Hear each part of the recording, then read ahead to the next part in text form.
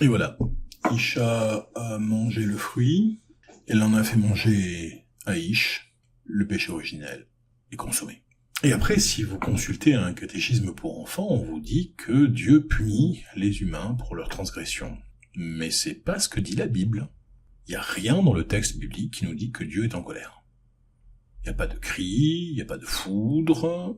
Dieu ne menace pas, il constate, il expose les conséquences. Je vous propose aujourd'hui un parcours à travers 3 idées centrales. D'abord que la faute n'est pas seulement la transgression d'un tabou, c'est aussi la révélation d'un choix. Ensuite que le mal n'est pas imposé par Dieu, mais engendré par l'homme quand il refuse la sagesse qu'on lui donne. Et enfin que, paradoxalement, ce mal est nécessaire pour que la liberté existe dans un monde où Dieu s'efface.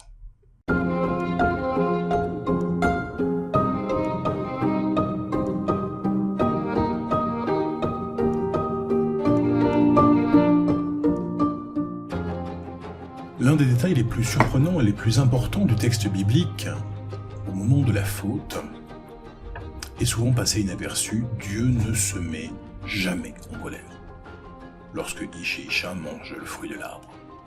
Il n'y a pas de tonnerre, il n'y a pas de réprimande, il n'y a aucune trace d'un Dieu courroucé, blessé dans son orgueil, jaloux de sa domination. Il n'y a qu'une question, sobre, presque triste. Où es-tu ? On pourrait dire et maintenant, mon fils, où en es-tu ? Cette question, c'est pas une accusation, c'est un constat. Parce que l'humain s'est caché. La première chose que fait l'humain après la faute, c'est qu'il s'éloigne de Dieu, qu'il cherche à se dérober à son regard. Et Dieu lui dit, où en es-tu ? Habituellement, dans le texte biblique, quand Dieu appelle quelqu'un, en particulier quand il s'adresse à un prophète, qu'il répète son nom, par exemple Samuel, Samuel, la réponse est Hineni. Je suis là. Je suis là, je suis prêt, je suis dressé face à Dieu, prêt à répondre.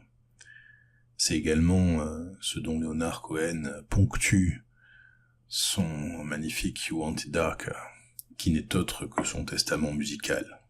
Hineni, Hineni, I'm ready, my Lord. Je suis là, je suis prêt, Seigneur. Comme pour lui dire qu'il est prêt à accepter la mort. Ish et Isha, cependant, n'en sont pas là. Eux sont sans doute effrayés par leur faute et ils se cachent. Et alors, Dieu ne punit pas, il décrit. Il expose les conséquences naturelles de l'acte qui vient d'être posé. Le travail, ça sera pénible. La maternité, ça sera douloureux. La relation homme-femme, ça sera parfois marquée par la tension et par le désir dysfonctionnel. Et la terre produira des épines. Et l'humain retournera à la poussière. Mais rien de tout cela n'est une vengeance divine. Ce sont les réalités que l'humain vient d'ouvrir en faisant ce choix. Dieu n'impose pas la souffrance. Il dévoile ce que signifie de vivre en dehors de la confiance originelle. C'est une nuance décisive.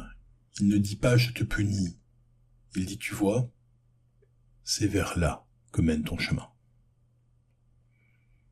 Avec ce récit, la Bible pose les fondations d'une compréhension responsable du mal. Le mal, ce n'est pas un mystère incompréhensible, ce n'est pas une force démoniaque jetée à la face du monde, ce n'est pas une punition divine aveugle, c'est l'effet naturel du refus humain d'écouter la sagesse divine. Dès le début, Dieu confie le monde à l'humanité. Il lui donne les clés de compréhension du réel, et ces clés, c'est ce que la tradition appelle la loi, la halacha. Ce n'est pas une loi arbitraire, c'est une loi de cohérence avec le réel. C'est le mode d'emploi du monde. Et l'humain, l'humain continue à ignorer cette loi, s'entête à ne pas utiliser le mode d'emploi, alors surgissent des dérèglements, des violences, des injustices, et ces dérèglements font boule de neige, car les actes humains interagissent, se multiplient, se fécondent et se répondent, et l'humain se plaint, et prétend que le produit ne fonctionne pas, alors que c'est lui qui n'en respecte pas le mode d'emploi. Ainsi, selon la Bible, le mal n'est pas un décret divin, c'est un produit humain. C'est le produit de l'orgueil, de l'aveuglement, de l'impatience, de la défiance. C'est Caïn refusant la maîtrise de soi. C'est la génération du déluge refusant toute limite. C'est Babel refusant la relation au divin pour se faire un nom par elle-même. Le mal n'est pas mystérieux, mais il est prévisible.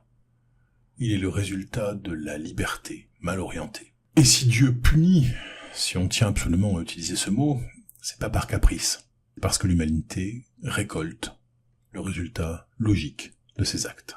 Et puis aussi douloureux qu'il soit, le mal est nécessaire puisqu'il garantit la liberté. On peut se demander pourquoi Dieu n'a pas créé un monde sans possibilité de mal. Pourquoi cet arbre au cœur du jardin? Pourquoi ce choix? Mais parce qu'un monde sans possibilité de mal, c'est un monde sans liberté. C'est un monde où on aurait seulement le choix de faire ce que Dieu a déjà défini comme bien. Le récit de la création, à travers la lecture de la tradition juive, nous dit quelque chose de fondamental. Pour que l'humain existe comme un être autonome, Dieu doit se retirer un peu. Ce retrait, cette contraction volontaire de la présence divine, c'est ce que les maîtres de la Kabbale appellent le tzimtzum. Et c'est pas un abandon, c'est un espace laissé. C'est un lieu où l'humain peut respirer, peut penser, peut agir par lui-même. Et dans cet espace où Dieu s'efface, il y a deux choses qui deviennent possibles. Le bien librement choisi, librement consenti, et le mal, tout aussi librement choisi, tout aussi librement consenti. Sans la liberté de blâmer, il n'est point d'éloge flatteur, nous dit Beaumarchais, mais sans la possibilité du mal, l'humain est un automate. Sans la possibilité d'être infidèle, la fidélité n'a aucun sens. Et sans la possibilité de s'éloigner, le retour n'a pas de valeur. Le mal n'est pas bon en soi, bien entendu, mais sa possibilité est nécessaire. Sa possibilité, c'est le prix de la liberté. C'est la condition d'une relation authentique avec Dieu. L'arbre de la connaissance du bien et du mal n'est pas un piège. C'est un symbole de maturité qui dit à l'humain, tu peux choisir. Tu peux choisir et ton choix aura une conséquence et c'est bien ainsi la preuve que tu es libre. C'est le premier pas d'une vocation adulte. Si l'on suit cette perspective, le mal, ce n'est pas seulement un acte immoral, c'est un éloignement.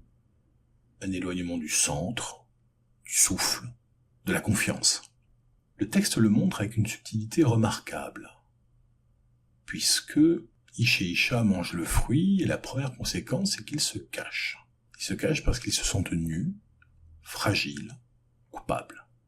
Ils s'éloignent. Ce mouvement, ce recul intérieur, c'est déjà un indice du mal. Du mal comme séparation du divin, comme rupture de la relation, comme méfiance.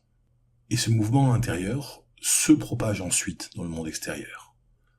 Il se propage dans la relation homme-femme, homme-terre, homme-homme. Le mal, ce n'est pas une entité, c'est une distance que l'homme crée et que Dieu n'abolit pas de force, puisque l'abolir, ce serait nier la liberté accordée à l'homme. Ce que Dieu fait en réaction à la faute, ce n'est pas de punir, c'est d'enseigner, c'est montrer à l'homme le monde que crée le mauvais usage de la liberté, la souffrance, le travail, le désordre relationnel, la finitude. Ce ne sont pas des châtiments, ce sont des vérités que l'humain doit apprendre à habiter. Elles ont une valeur pédagogique. Elles montrent que la liberté n'est pas un jouet, qu'elle a un prix, et qu'elle façonne le monde réel. Et c'est seulement en expérimentant ce prix que l'humanité pourra grandir, pourra s'orienter à nouveau vers la sagesse divine, redécouvrir la confiance originelle, et apprendre cette fois à choisir le bien, librement. Nous sommes donc invités à une vision de la faute et du mal profondément responsabilisante. Dieu ne punit pas par colère, mais rappelle les conséquences. Il laisse l'espace de la liberté et il accompagne l'humanité vers la maturité. Cette vision a des implications éthiques importantes pour nous, encore aujourd'hui. Elle nous invite à sortir des logiques de culpabilisation excessive, comme si chaque erreur était un drame, mais aussi des discours de déresponsabilisation, comme si nos choix n'avaient aucune portée.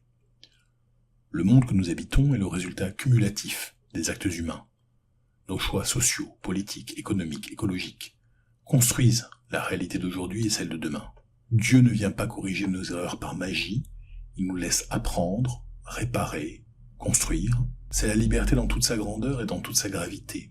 L'histoire de l'arbre de la connaissance n'est donc pas le récit d'un interdit absurde. C'est le récit de l'entrée de l'humanité dans un monde de responsabilité, dans lequel Dieu n'est pas absent, mais il est discret.